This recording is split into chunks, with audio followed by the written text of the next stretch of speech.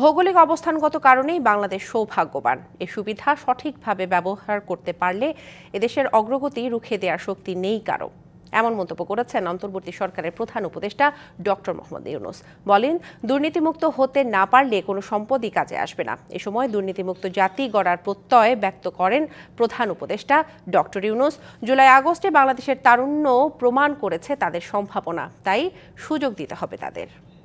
উদ্বোধন অনুষ্ঠানে রবিবার সকালে নিজ কার্যালয়ে প্রধান উপদেষ্টা ডিসি সম্মেলন উদ্বোধন করার পর 4টি বিশেষ ও প্রায় 30টি কার্য অধিবেশন হয় দিনভর।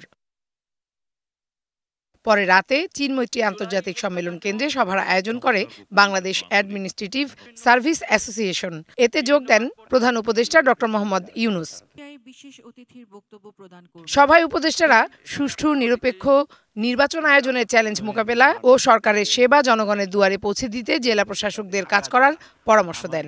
ডক্টর ইউনূস যদি ক্ষমতা না নিতেন, দেশের কি অবস্থা, আর্থিক অবস্থা, এটা অকল্পনীয়। কিন্তু এটা ভেতরের লোকজন জানে না, বাইরের লোকজন যারা পণ্ডিত ব্যক্তি জানেন, আপনারা অনেকে জানেন কিন্তু স্বীকার করতে চান না। আমি জানি এখানে আপনারা অনেকেই মনের আপত্তি নিয়েই এটাতে সামিল হতে হয়েছে, কিন্তু কারো কারো আবার অনেক অত্যুৎসাহ ছিল, অনেক বেশি আগ্রহ ছিল। আমাদের সেগুলি মনে আছে, কাউকে কোনো দোষারোপ করছি না।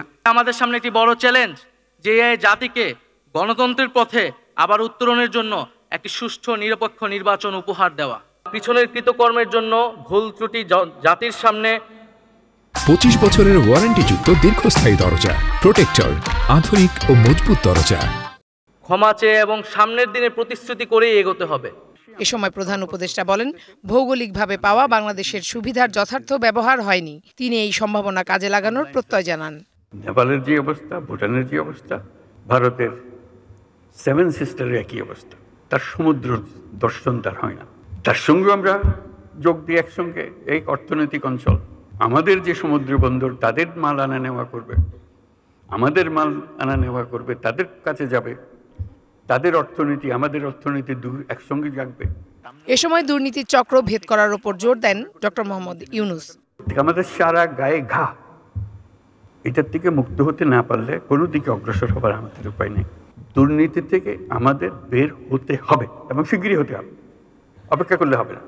অপেক্ষা করলে এই আমাদের সমুদ্রও কোনো কাজে লাগবে না, আমাদের পর্বতও কোনো কাজে লাগবে না। আমাদের তরুণদেরকে আমরা জাহান্নামে ফেলে দিলাম, তারা কোন জাহান্নামে চলে আসলো। দেশের তারুণ্যের বিশাল সম্ভাবনাকে কাজে লাগানোর কথাও জানান প্রধান উপদেষ্টা। অনন্য ক্ষমতা এই দেশের তরুণদের মধ্যে আছে, এটা হারিয়ে যাবে না। আপনারা মনে করেন না যে এটা এক ঘটনায় শেষ, এটা শেষ হয়নি, শুরু হলো মাত্র। কাজেই সেইভাবে আমাদেরকে এই তরুণদের সুযোগ দিতে হবে। ডিসিদের উদ্দেশ্যে ডক্টর ইউনূস বলেন, ভালো কাজের উৎসাহ দিতে প্রত্যেক জেলাকে র্যাঙ্কিং করা হবে। ওই র্যাঙ্কিং প্রতি মাসে আমরা এটা ফলাফল প্রকাশ করতে চাই। সবাই তার বন্ধু বান্ধব সব জেলা দেখবে, কে কোন জেলা ফার্স্ট হলো, কোন জেলা সেকেন্ড হলো, কোন জেলা থার্ড হলো। যারা উপরে থাকবে তাদেরকে আমরা অভিনন্দন জানাবো। Farhana Juthi, DBC news, Dhaka.